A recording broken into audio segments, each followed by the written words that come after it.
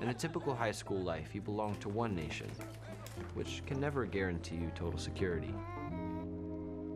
Me, Earl and the Dying Girl is a film about a high school senior called Greg. He is a typical socially awkward teen.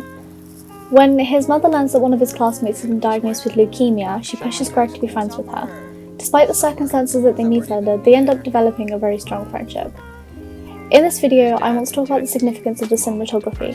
Throughout the film, the camera is constantly moving, rotating, and creating general chaos. Personally, I think this is what separates the film from other high school coming-of-age stories.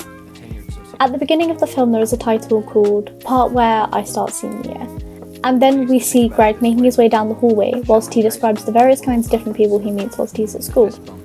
I really love the way this is shot because through all of it, Greg is centered through the moving shot.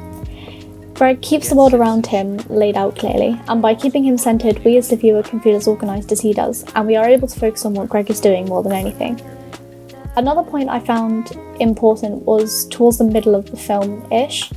Rachel's condition is obviously getting worse. She's obviously starting to feel bad about being friends with Greg, and there is one scene where they are sat together talking over a laptop at a table. Weirdly, the shots look like they're not sat together the way they cut between each other. It's clear by this point their relationship is taking a toll because of Rachel's condition. Rachel obviously feels bad to be friends with Greg, she feels guilty about it. This is very clear in the way this is shot. There is also one point in the film where the moving camera stops, and this is where Rachel was telling Greg that she wants to die. I think this is really important in the story because for once the viewer is an observer to the conversation rather than being a part of it. This scene is done over one really long take. Just as Greg has had his life changed in that moment when they're having the argument, we are also changed to be a witness to it rather than to be a part of it. Even in the way the shot is staged with Greg in the background, we can see that for once, Greg is not what we should be focused on. Overall, Me, Earl and the Dying Girl clearly has a strong focus on its visual storytelling, and the whole film is tailored to Greg's perspective.